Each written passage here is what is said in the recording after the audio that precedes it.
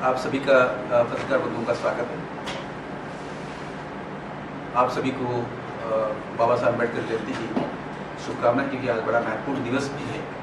उस नाते भी। और आज जिस विषय को लेकर हम आपके सामने उपस्थित हुए हैं वो जनजातीय समाज का एक विषय है। और जनजातीय समाज के जो संवैधानिक अधिकार हैं और अधिकारों के साथ साथ विगत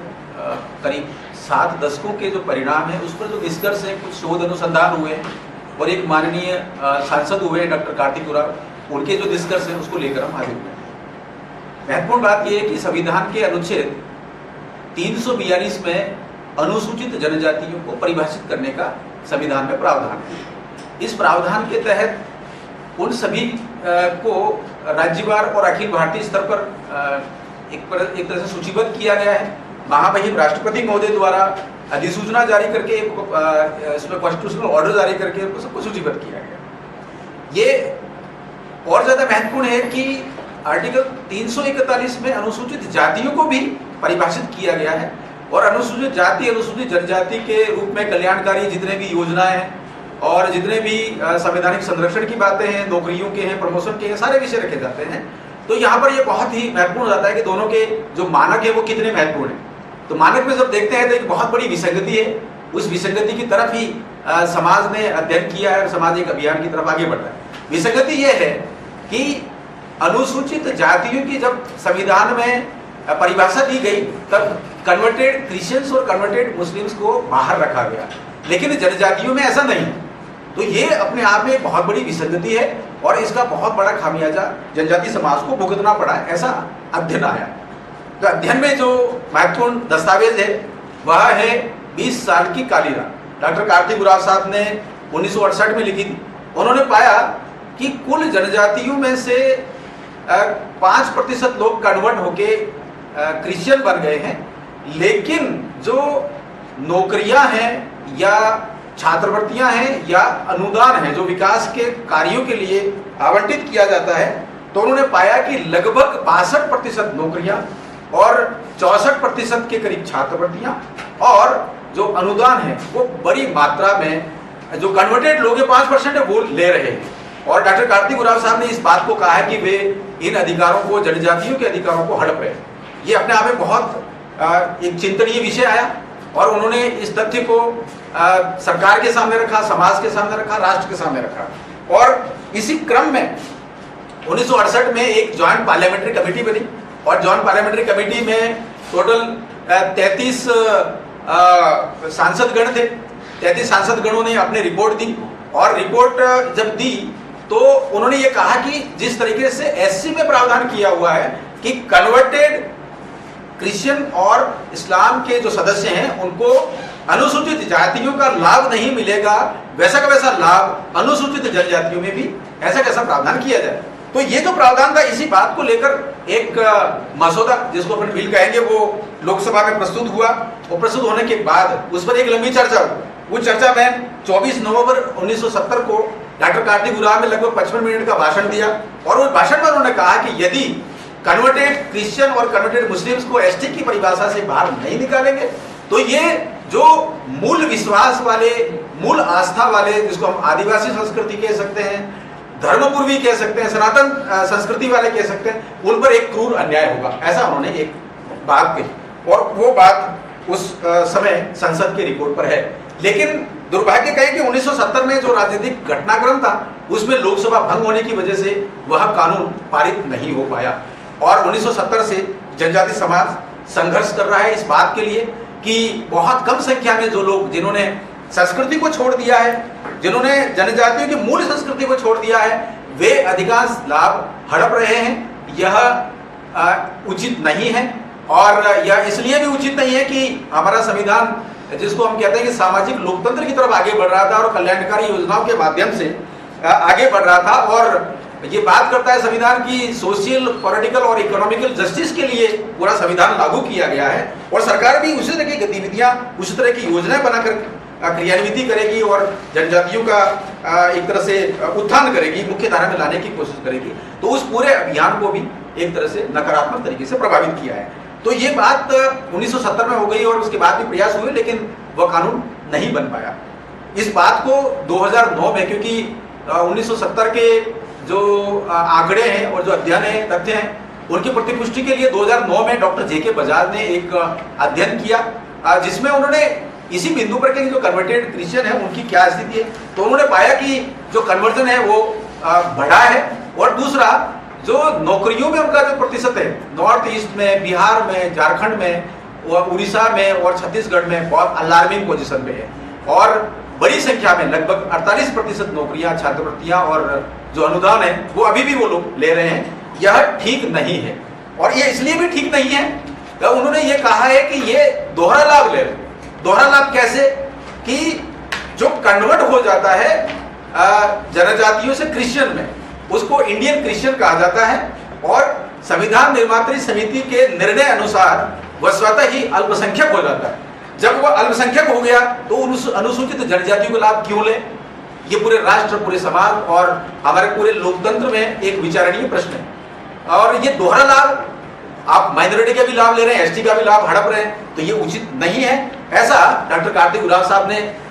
पाया और इस बात को सभी के सामने रखा। ये भी महत्वपूर्ण है कि 1970 में जो मसौदा पेश किया गया था उसमें 348 सांसद गणों ने हस्ताक्षर करके सरकार को यह कहा कि यह कानून पारित होना चाहिए। अर्थात यह है कि न केवल अनुसूचित जनजातियां बल्कि राष्ट्र के अधिकांश जो चुने हुए जनप्रतिनिधि हैं, चाहे वह राज्यसभा में हो चाहे लोकसभा में हो, सभी की यह मंशा है, सभी ये चाहते हैं कि जिनका विकास नहीं हुआ है, जो कल्याण के वास्तव में संवैधानिक रूप से हकदार हैं, उनको लाभ मिले। लेकिन ये प्रश्न अभी भी अनुत्तरित है। तो ऐसा लग रहा है कि ये बात अपने आप में बहुत गंभीर है और अभी तक कन्वर्टेड मुस्लिम्स और कन्वर्टेड क्रिश्चियंस को एसटी की परिभाषा से बाहर नहीं निकाला गया है, डीलिस्टिंग नहीं किया गया, ये अपने आप में बहुत चिंतनीय है। ये प्रश्न जब जनजाति समाज के सामने आया तो सन 2006 में जनजाति सुरक्षा मंच का गठन किया गया और एक सूत्रीय एजेंडा को लेकर जनजाति सुरक्षा मंच पूरे राष्ट्र में सभी राज्यों में जहां भी जनजाति समाज के जो लोग हैं वो निवास करते हैं वहां पर जन जागरूकता का कार्यक्रम हो रहा है, जनसंपर्क हुए हैं। और इसके तहत 2009 में महामहिम राष्ट्रपति महोदय को 28 लाख हस्ताक्षर से युक्त एक ज्ञापन दिया गया था और समाज के जनजाति सुरक्षा मंच के बैनर तले प्रतिनिधि महामहिम राष्ट्रपति महोदय से मिले भी हैं, लेकिन वो परिणाम आगे नहीं बढ़ पाया, डीलिस्टिंग नहीं हो पाया। और उसके बाद एक अत्यंत महत्वपूर्ण 2020 में डॉक्टर कार्तिक उरांव के जन्म दिवस 29 अक्टूबर को एक बड़ा अभियान पूरे राष्ट्र में चला, जिसमें 248 जिलों में जिला कलेक्टर या वहां के जो संभागीय आयुक्त हैं उनके माध्यम से महामहिम राष्ट्रपति महोदय को ज्ञापन दिया गया और साथ ही साथ 14 राज्यों के राज्यपालों और 7 राज्यों के मुख्यमंत्रियों को मिलकर जनजाति सुरक्षा मंच ने इस अभियान को आगे बढ़ाया और महामहिम राष्ट्रपति महोदय को अब जनजाति समाज की और पूरे राष्ट्र में जो कल्याणकारी बात है और डीलिस्टिंग का जो इशू है उसको एक बार पुनः भेजा है। परंतु जो डीलिस्टिंग का कानून है वो पारित नहीं हो पाया। ये महत्वपूर्ण है कि महामहिम राष्ट्रपति महोदय जब जनजातियों के इस आदेश को पारित कर देते हैं तो उनको स्वयं को उसमें संशोधन के अधिकार नहीं है। तकनीकी रूप से संविधान ने शक्तियां ये पार्लियामेंट को दे रखी हैं कि पार्लियामेंट एक कानून बनाएगा और कानून के माध्यम से संशोधन होगा, डीलिस्टिंग होगा कि इनको बाहर कैसे करना है, ये सारा का सारा संसद को करना है। इसी बात को लेकर पूरा जनजाति समाज पूरे देश का सभी समाजों से मिल रहा है, सभी राजनीतिक दलों से मिल रहा है और सभी राजनीतिक दलों के बड़े प्रतिनिधियों से मिलकर अपनी बात को आगे बढ़ा रहा है। पिछले दिनों अप्रैल के अंतिम 2 सप्ताह में दिल्ली में सांसद संपर्क महाअभियान किया गया, जिसमें देश के 777 जो सांसदगण हैं उनसे मिलने का एक अभियान जनजाति समाज ने पूरे देश के जितने सांसद हैं उनसे मिलने का बनाया गया था, जिसमें 442 सांसदगणों से इस बारे में इस विषय को लेकर संपर्क किया गया। उनको जनजाति समाज के जो विषय है डीलिस्टिंग का इशू है, 1970 से बिल पेंडिंग है, इस बात को सांसदगणों से संपर्क करके उनको अवगत कराया है, उनको साहित्य दिया है और जो पार्लियामेंट में डिस्कस हुआ था और किस लेवल तक पहुंचा था उसको लेकर भी उनको अवगत कराया गया। इस महाअभियान का परिणाम ये रहा है कि जितने भी माननीय सांसदगण हैं वे सभी एक तरह से अपनी इस बात को लेकर, इस इश्यू को लेकर, जनजाति सुरक्षा मंच के विषय को लेकर वो अपडेट हुए हैं और चिंता भी व्यक्त की है और अधिकांश ने यह आश्वासन दिया है कि ये बहुत गंभीर विषय है, कुछ और बातें हो सकती हैं, लेकिन तकनीकी रूप से सभी ये चाहते हैं कि ये कानून पारित होना चाहिए। और इसलिए भी पारित होना चाहिए कि अनुसूचित जाति अनुसूचित जनजाति अत्याचार निवारण अधिनियम जो 1989 में जारी हुआ था, उसमें जो कन्वर्टेड क्रिश्चियन और मुस्लिम्स है वो एससी के लिए तो शोषक वर्ग है, लेकिन एसटी के लिए वो उसके अंदर का है, उसके खिलाफ तो एफआईआर भी नहीं हो सकती। तो बहुत चिंता का विषय ये भी है कि इस एक्ट को भी ढंग से पूरे देश में एक तरीके से एनफोर्स करने में बाधा हो रही है। तो इस एक सूत्री कार्यक्रम को लेकर जनजातीय सुरक्षा मंच पूरे राष्ट्र में जागरूकता के साथ ही साथ ये कोशिश कर रहा है कि पूरे ग्रामों में भी संपर्क करें। तो इस संदर्भ में सभी राज्यों में संपर्क अभियान चल रहा है, राजस्थान में भी संपर्क अभियान चल रहा है। जनजाति समाज की जो बस्तियां हैं लगभग 6500 ग्रामों में राजस्थान में निवास करती, उसमें से 5500 ग्रामों में अभी तक हम संपर्क कर चुके हैं और ये अभियान आगे चल रहा है। साथ ही साथ एक ये भी सोचा है कि इस अभियान को लेकर सरपंच से लगाकर सांसद तक सब लोगों से मिला जाए। सांसदों का मैंने निवेदन किया, इसके अलावा सरपंच, विधायक और दूसरे भी जनप्रतिनिधिगण हैं, समाज के प्रबुद्ध जन हैं, जो परंपरागत मुखिया हैं, गड्ढा है, गमेती है, कहीं रावत है, कहीं वडील है, और उनसे भी मिलने का कार्यक्रम बना है। युवाओं का, महिलाओं का, सभी से मिलने का प्रोग्राम बनाकर इस विषय की गंभीरता और इस विषय की महत्वता के बारे में जनजातीय सुरक्षा मंच एक कार्यक्रम कर रहा है। और जनजातीय सुरक्षा मंच ने यह भी सोचा है कि जब तक संसद डीलिस्टिंग का कानून पारित नहीं कर लेता तब तक इस अभियान को जारी रखेंगे, क्योंकि यह अपने आप में बहुत चिंता का विषय है। और देश के लोकतंत्र में महत्वपूर्ण ये भी है कि कुछ विकास के आयामों पर, उनके सरोकारों पर अध्ययन जो करते हैं विद्वान, तो वो ये बताते हैं कि यदि गरीब में सबसे गरीब यदि कोई व्यक्ति इस समाज में, इस देश में है, तो वो जनजाति समाज का है। तो ऐसा लगता है कि ये सारे के सारे जो मुद्दे हैं, ये सारे मुद्दे डीलिस्टिंग से कनेक्टेड हैं। डॉक्टर कार्तिक उरांव 348 सांसदगण 1970 में, और अभी जो 442 सांसदगणों ने जो सहमति दी है मोटे तौर पर, उन्होंने चिंता व्यक्त की है। तो सभी ये सोचते हैं कि लोकतंत्र में जो संवैधानिक अधिकारों के लिए पात्र है, जिनके लिए न्याय मिलना चाहिए, राजनीतिक, सामाजिक और राजनीतिक न्याय मिलना चाहिए, उनको लेकर सर्व समाज, सर्वदलीय सांसदगण, जनप्रतिनिधिगण, एनजीओ और समाज के सभी वरिष्ठ जन एक मत बनते हुए नजर आ रहे हैं और चिंता व्यक्त कर रहे हैं। तो हमारा जो अभियान है जनजातीय सुरक्षा मंच का, वह निरंतर जारी रहेगा और इस कानून के पारित होने तक हम इसमें संघर्ष करें। महत्वपूर्ण यह भी है कि 1996 में जो पैसा एक्ट लागू किया गया था और 2006 में जो फॉरेस्ट राइट एक्ट लागू किया गया था, इसके साथ ही साथ 5वीं अनुसूची के विषय हैं, 6ठी अनुसूची के विषय हैं, नौकरियों के विषय हैं, प्रमोशन के विषय हैं। इसमें नकारात्मक ढंग से एक चैन रिएक्शन के माध्यम से जो कन्वर्टेड हैं और जो माइनॉरिटी में स्वतः ही चले गए, वे सारे के सारे लाभ को हड़प रहे हैं। ये अपने आप में बहुत चिंता का विषय है। और लोकतंत्र में हमेशा ही इस बात की जरूरत होती है कि लोकतांत्रिक तरीके से आंदोलन किया जाए, शांतिपूर्ण तरीके से किया जाए, लेकिन संघर्ष की जो बात है समाज की, वो लगातार आगे बढ़नी चाहिए, क्योंकि संविधान खुद ही ये कहता है कि we the people of India, हम इस संविधान को आत्मसात करते हैं और आत्मसात करने के साथ ही साथ हम जस्टिस के लिए और इक्वलिटी के लिए और जो अवसर हैं उनकी समानता के लिए प्रयास करेंगे। तो आज बाबा साहब अम्बेडकर के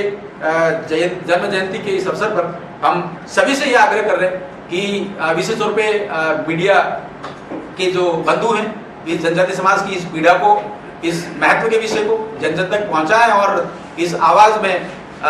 कल्याण की आवाज में, लोकतंत्र की आवाज में आप संसद तक पहुंचाएंगे तो यह अभियान आगे बढ़ेगा और एक कल्याण का विषय निकल कर आगे आएगा। इसके लिए पूरा समाज आप सभी के प्रति निश्चित रूप से धन्यवाद और साधुवाद आपको अर्पित करेगा, ऐसा विश्वास है और यही महत्वपूर्ण विषय इसमें है। एक कीमती प्रश्न ये भी है कि कुछ लोग ये कहते हैं कि जनजातियों में से अगर कोई कन्वर्ट हो गया तो फिर उससे फर्क क्या पड़ता है, क्योंकि संस्कृति तो वही जनजाति की है। लेकिन महत्वपूर्ण ये है कि जो जनजातियों की संस्कृति है वो संस्कृति पूजा पद्धति के साथ संबद्ध है। जो पूजा पद्धति है उसी से ही संस्कृति निकलती है और वही आस्था और निष्ठा रही है। और इस संबंध में दो महत्वपूर्ण जो एक तरह से न्यायिक निर्णय है वो पूरे राष्ट्र और सभी के सामने, उनका उल्लेख करना बहुत महत्वपूर्ण होगा। चंद्रमोहन बनाम केरल राज्य के वाद में माननीय उच्चतम न्यायालय ने यह कहा है कि जिन्होंने संस्कृति छोड़ दी वे यदि वो क्रिश्चियन हो गए तो उन्होंने संस्कृति निश्चित रूप से छोड़ दी है, उनको एसटी का बेनिफिट नहीं मिलेगा। ऐसा का ऐसा प्रकरण गुवाहाटी हाईकोर्ट में भी इस तरह का प्रकरण आया है और उसमें भी यही कहा गया है कि संस्कृति छोड़ दी, इसलिए आपको छठवीं अनुसूची का जो वहां के परंपरागत मुखिया है उसका पद नहीं मिल सकता, क्योंकि आप कन्वर्ट होकर कहीं और चले गए। तो जो पूजा पद्धति है, जो आस्था है, जो आदि मत है, धर्मपूर्वी है, सनातन धर्मी है, तो वो वही विश्वास जनजातियों की है, आदिवासी संस्कृति का है, उन्हीं को अनुसूचित जनजातियों की परिभाषा में रखना उचित है। और यही संविधान चाहता है, यही राष्ट्र चाहता है, यही लोकतंत्र चाहता है। तो फिर वे कौन से कारक है कि ये एससी की तर्ज पर इसमें डीलिस्टिंग नहीं हो पा रहा है? ये चिंता का विषय है, ये चिंता का विषय आपके सामने रखा, और उम्मीद करते हैं आप इस विषय को सभी तक पहुंचाएं। नमस्कार।